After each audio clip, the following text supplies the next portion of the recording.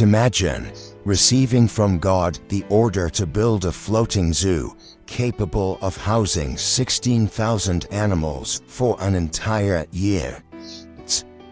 No refrigeration, no electricity, no veterinarians.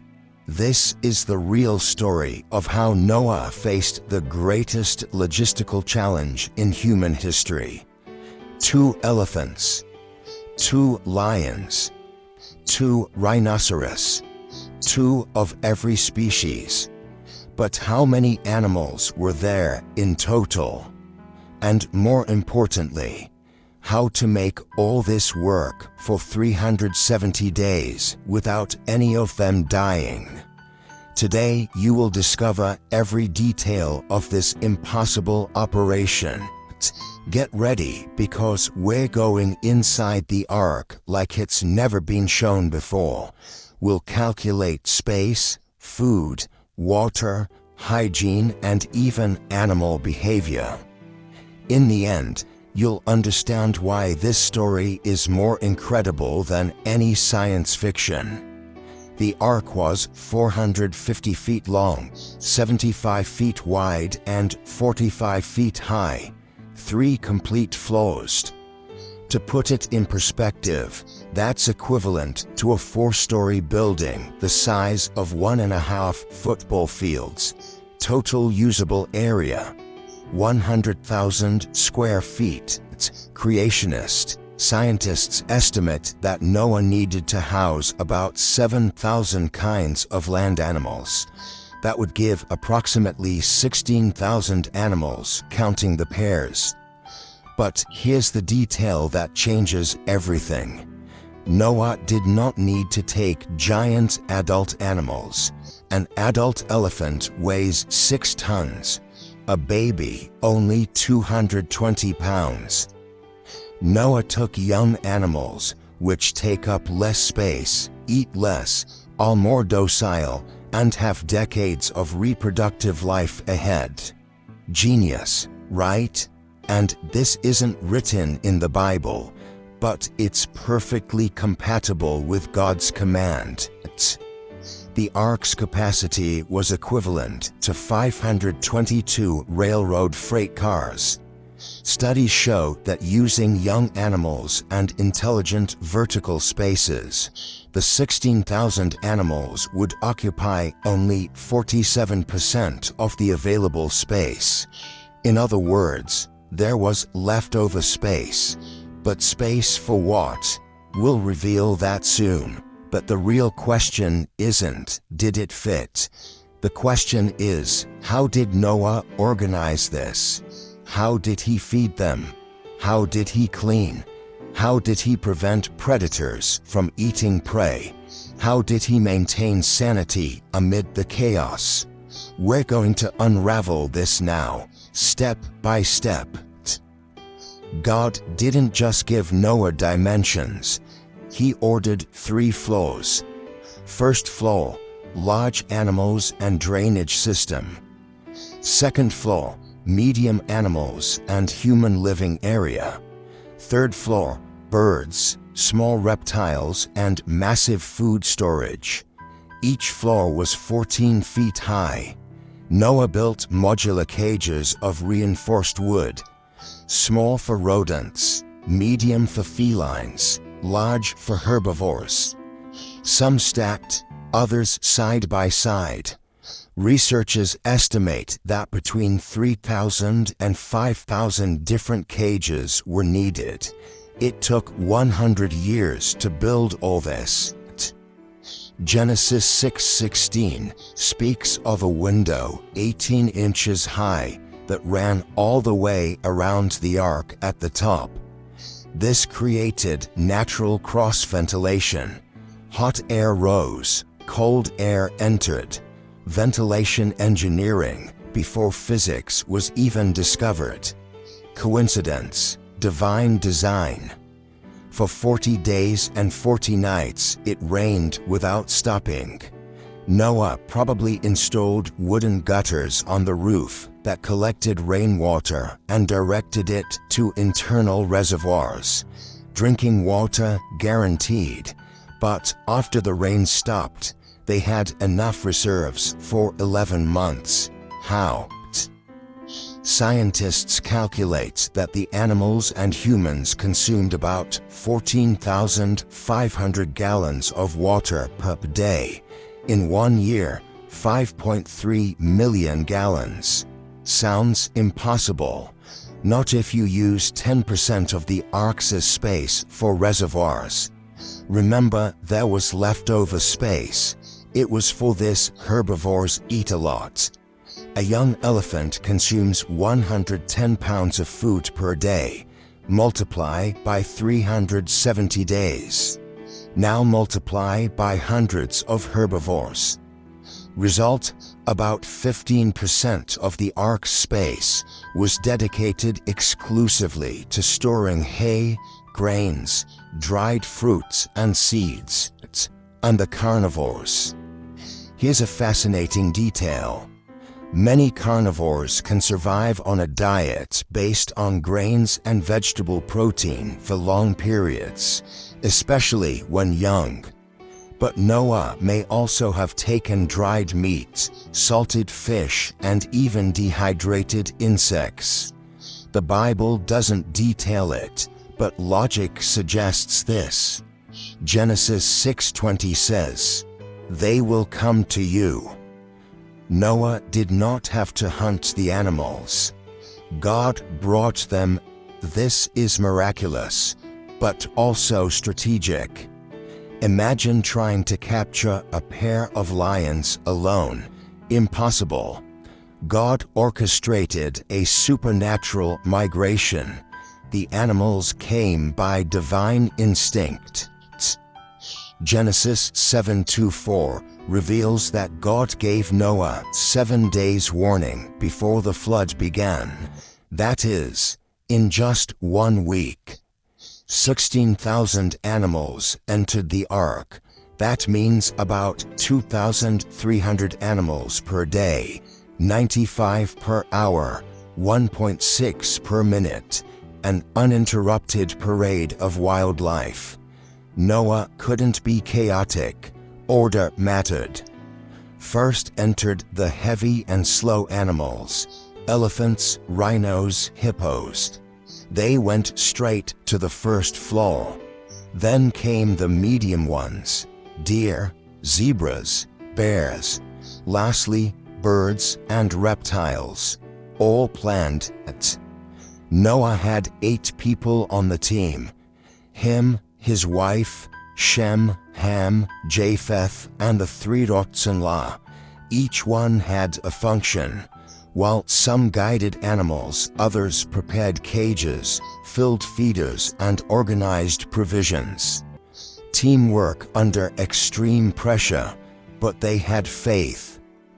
Crucial detail of clean animals like sheep, oxen, pure birds.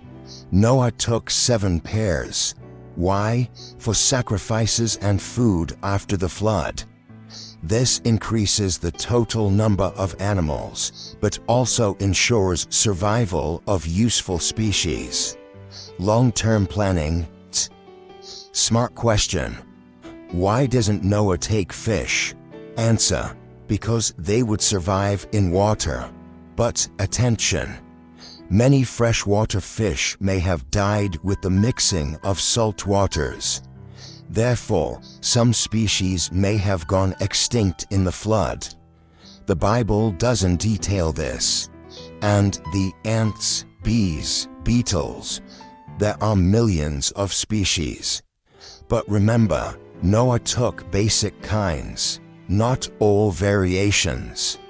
A queen bee can generate an entire hive. Pairs of beetles can diversify into hundreds of species. Microevolution after the flood. Genesis 7:16 says, "And the Lord shut him in." Imagine the silence after the chaos. The rain begins. Noah and his family are locked in with 16,000 animals. There's no going back. For a whole year, that wooden ship will be the only piece of dry land on the planet. Survival required military routine. Morning, feed herbivores. Noon, clean waste using ramps and drainage system. Afternoon, care for the sick. Night, keep watch. 8 people, 3 8-hour shifts. Brutal work, but necessary. There were no days off. 16,000 animals produce tons of manure per day. How did Noah deal with this? Most accepted theory: sloped floor with drainage ramps. Waste flowed to lower compartments and was dumped through side hatches, straight into the ocean. Simple and effective. Some scholars suggest that God may have induced a state of hibernation or deep sleep in many animals. This would reduce food, water consumption, and stress. The Bible doesn't confirm it, but it explains why 8 people managed to handle 16,000 animals. Subtle supernatural intervention, diseases, injuries, births, all of this happened. Noah wasn't a veterinarian, but he had knowledge passed down through generations since Adam. He knew how to use medicinal herbs, make bandages, and even assist in births. Ancient wisdom was vast. Don't underestimate pre-flood intelligence. 1 year isolated, no outside contact, only 8 people. The psychological stress was immense. But they had something no modern crew has: absolute faith. They knew God was in control. They prayed together. That kept them sane. Faith is the anchor of the soul. The first 40 days were hellish. Torrential rain, giant waves, thunder. The ark was designed to float, not navigate. It rocked like a cork. Then came the calm, 11 months of waiting. Hope mixed with uncertainty. When would land appear again? After months of waiting, Noah releases a raven. It doesn't return. Then a dove returns with nothing. Second attempt. The dove returns with an olive branch. Land. Plant life survived. Hope renewed. 7 days later, the dove doesn't return. It was time to leave. Genesis 8:18 reports. Then Noah came out. 1 year and 10 days after entering. The door opens. Light, fresh air, dry land. But the world out there was unrecognizable. Mountains where there were once plains. Valleys where there were once cities. Geography had been redesigned. Just as the entrance was organized, so was the exit. First out were the birds, which flew away immediately. Then the fast herbivores, deer, gazelles.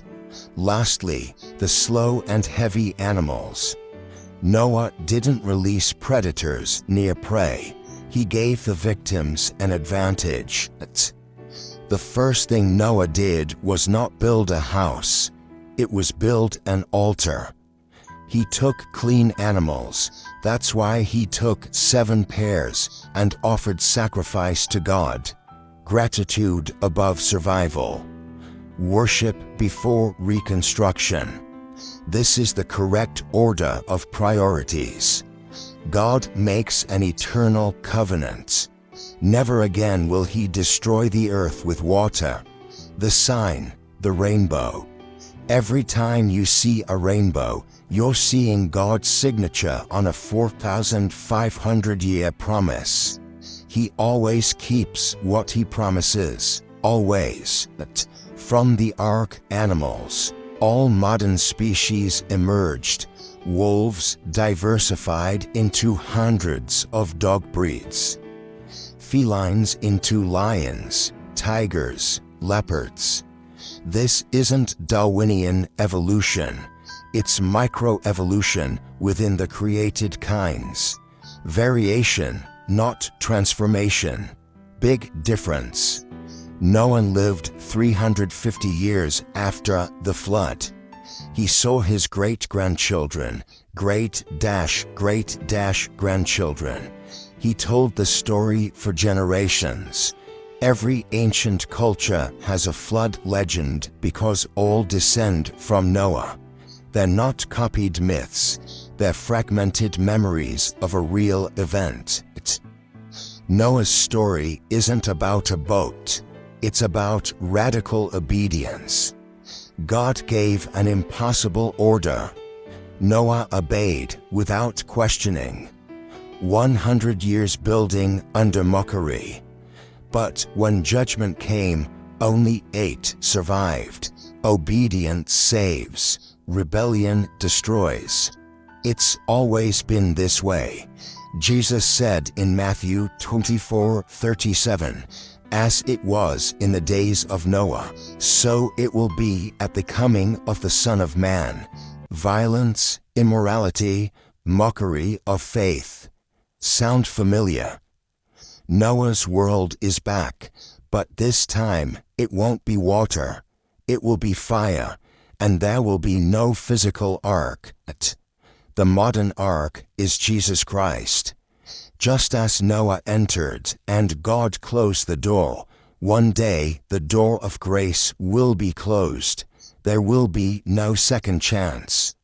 Are you inside or outside? Noah preached for 120 years. Only 8 believed. And you? Will you wait until it's too late? If this story impacted you, subscribe to the channel and turn on notifications. Every week, we reveal Bible secrets that will strengthen your faith. Leave in the comments, would you enter the ark if God called you today? Share this video. Someone needs to hear this. God bless you. Until the next mystery revealed.